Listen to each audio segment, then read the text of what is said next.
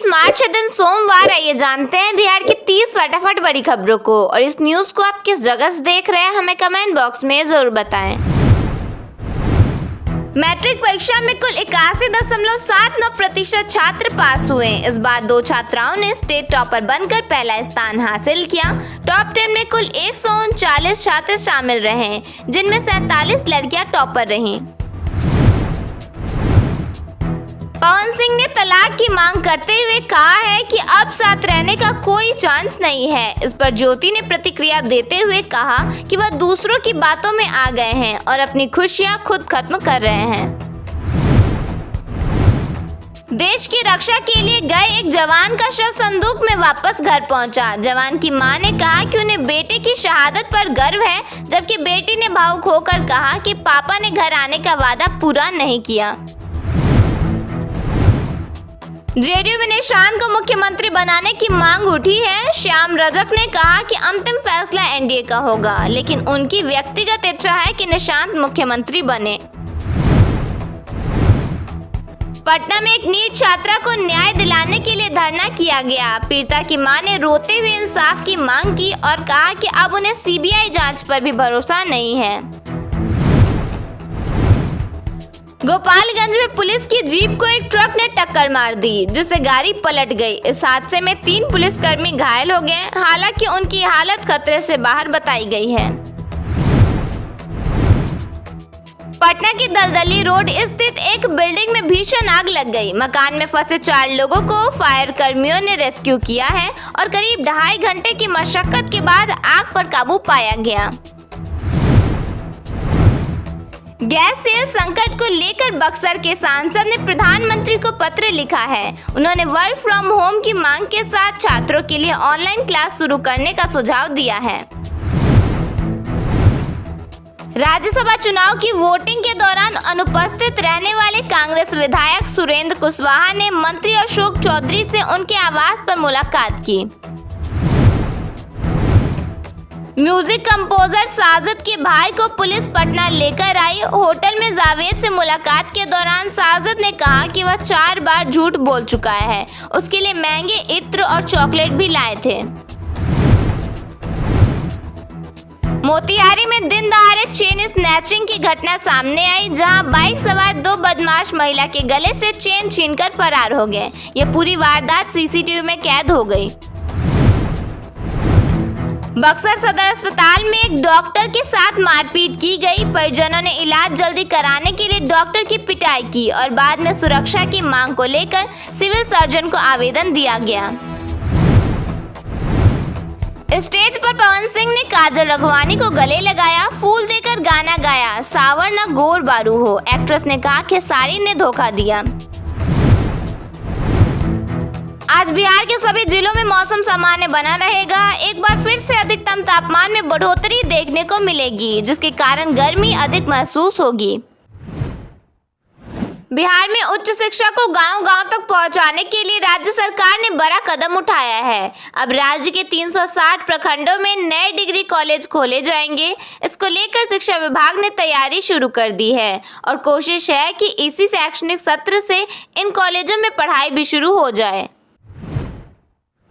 बिहार सरकार 1 अप्रैल 2026 से राज्य में जमीन और फ्लैट के सर्किल रेट में भारी बढ़ोतरी करने जा रही है। जिला मूल्यांकन समितियों की सिफारिशों के आधार पर कुछ इलाकों में यह वृद्धि 3 से 4 गुना तक हो सकती है। सर्किल रेट बढ़ने से स्टैंप ड्यूटी और रजिस्ट्रेशन फीस बढ़ जाएगी, जिससे जमीन खरीदना महंगा होगा। पुराने रेट पर रजिस्ट्री की सुविधा देने के लिए सरकार ने 29 और 31 मार्च की छुट्टियों में भी निबंधन कार्यालय खुले रखने का निर्णय लिया है। बिहार सरकार ने पश्चिमी सोन नहर के तटबंध पर 10 मेगावाट क्षमता का सोलर पावर प्लांट लगाने की योजना को मंजूरी दे दी है। जल संसाधन विभाग ने इस प्रोजेक्ट के लिए बिजली कंपनी को अनापत्ति प्रमाण पत्र जारी कर दिया है। यह प्लांट नहर के शुरुआती 1 किलोमीटर के हिस्से में लगभग 80,000 वर्ग फीट क्षेत्र में स्थापित किया जाएगा। परियोजना का मुख्य उद्देश्य हरित ऊर्जा को बढ़ावा देना और स्थानीय स्तर पर बिजली आपूर्ति में सुधार करना है। सोन नहर पर यह प्रोजेक्ट एक पायलट मॉडल के तौर पर काम करेगा, जिसकी सफलता के बाद अन्य नहरों पर भी ऐसे प्लांट लगाए जा सकते हैं। कृषि मंत्री रामकृपाल यादव ने कहा है कि राज्य में खाद की उपलब्धता मांग से अधिक है और कालाबाजारी पर कड़ी निगरानी रखी जा रही है। उन्होंने किसानों से अपील की है कि वे किसी भी तरह की अफवाह पर भरोसा न करें। पटना में डेयरी, मत्स्य एवं पशु संसाधन विभाग की पहल पर अप्रैल से शहर में 10 जगहों पर आधुनिक फिश आउटलेट खुलने जा रहे हैं। यहां जिंदा और फ्रोजन मछलियां उपलब्ध होंगी। साथ ही मोबाइल ऐप और व्हाट्सएप के जरिए होम डिलीवरी की सुविधा भी मिलेगी। विभाग ने इसके लिए आवेदन मांगे हैं, जिस पर सरकार की ओर से भारी भरकम सब्सिडी भी दी जा रही है। पटना नगर निगम ने वित्तीय वर्ष 2026-27 के लिए 3043.22 करोड़ रुपए का भारी भरकम बजट पेश किया है, जिसमें शहर के आधुनिकीकरण और नागरिक सुविधाओं पर विशेष ध्यान दिया गया है। इस नए बजट के तहत पटना के पार्कों और सार्वजनिक स्थलों पर मुफ्त वाईफाई और ओपन जिम जैसी सुविधाएं देने का प्रस्ताव है। साथ ही जल संचयन और नए वेंडिंग जोन के निर्माण को प्राथमिकता दी गई है। हालांकि बजट सत्र के दौरान विपक्षी पार्षदों ने वार्ड किसान फंड बढ़ाने की मांग को लेकर काफी हंगामा किया है, जिससे चर्चा के दौरान विवाद की स्थिति बनी रही। बिहार सरकार ने प्रवासी श्रमिकों के लिए एक बड़ा कदम उठाया है। अब दिल्ली, महाराष्ट्र, गुजरात जैसे राज्यों में रह रहे बिहारियों को सरकारी योजनाओं का लाभ आसानी से दिलाने के लिए माइग्रेशन सपोर्ट सेंटर खोले जाएंगे। यह पहल श्रम संसाधन विभाग की ओर से की जा रही है, जिसका मकसद प्रवासी मजदूरों की समस्याओं को जमीनी स्तर पर हल करना है। इन सपोर्ट सेंटर्स के माध्यम से सरकार अब हर एक श्रमिक का पूरा ब्यौरा तैयार करेगी। इससे भविष्य में किसी भी आपदा के वक्त राहत सामग्री पहुंचाना या फंसे हुए लोगों को रेस्क्यू करना बेहद आसान हो जाएगा। इन केंद्रों पर ऐसी व्यवस्था भी होगी जिससे श्रमिक जरूरत पड़ने पर अपने परिजनों से सीधा संपर्क कर सकेंगे। श्रम विभाग इसके लिए पीपीपी मोड पर काम कर रहा है और कई राज्यों के श्रम अधिकारियों से पत्राचार भी शुरू हो चुका है।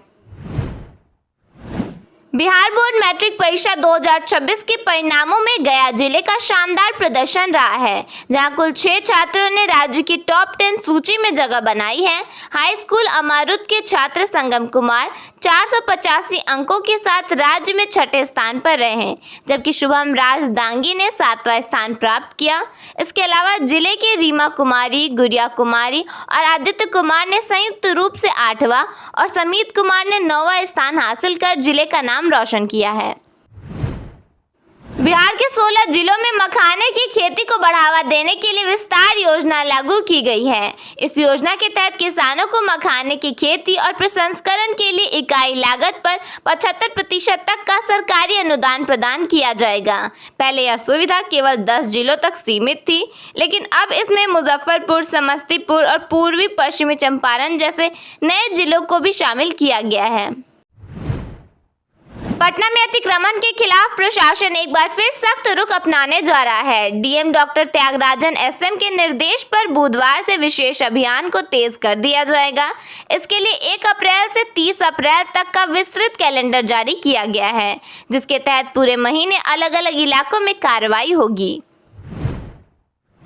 पटना में चल रही बड़ी विकास परियोजनाओं को लेकर मुख्यमंत्री नीतीश कुमार एक्शन मोड में नजर आए। उन्होंने बिहार गौरव पार्क, बास घाट, सौदागरी, पटना हाट और सैरगाह प्रोजेक्ट्स का निरीक्षण कर अधिकारियों को काम तेजी से और बेहतर क्वालिटी के साथ पूरा करने का निर्देश दिया। पटना के सरकारी स्कूलों में वार्षिक परीक्षा के बाद छात्रों को पुरानी किताबें जमा करने को कहा गया है। जिला शिक्षा कार्यालय के अनुसार नई किताबों के साथ पुरानी किताबें भी वितरित की जाएंगी, बशर्ते वे अच्छी स्थिति में हो। प्रधानाध्यापक को निर्देशित किया गया है कि जब तक नई किताबें नहीं पहुंच पाती, तब तक वे पुरानी किताबों से ही बच्चों को पढ़ाएं। बिहार के कृषि मंत्री रामकृपाल यादव ने खाद की कमी की अफवाहों को खारिज किया है। उन्होंने बताया कि राज्य में खाद की उपलब्धता मांग से अधिक है और कालाबाजारी रोकने के लिए सख्त निगरानी की जा रही है। पटना जंक्शन पर रेलवे बोर्ड की विजिलेंस टीम ने टीटी अंकित कुमार सिंह को फर्जी EFT के साथ पकड़ा। प्लेटफॉर्म नंबर 1 पर औचक छापेमारी के दौरान भारी मात्रा में संदिग्ध टिकट बरामद हुए हैं। पटना पुलिस ने 1.661 किलोग्राम स्मैक और 19.5 किलोग्राम कच्चा माल जब्त किया है, जिससे 38 किलोग्राम स्मैक बन सकता है। इस मामले में 2 तस्करों को गिरफ्तार किया गया है।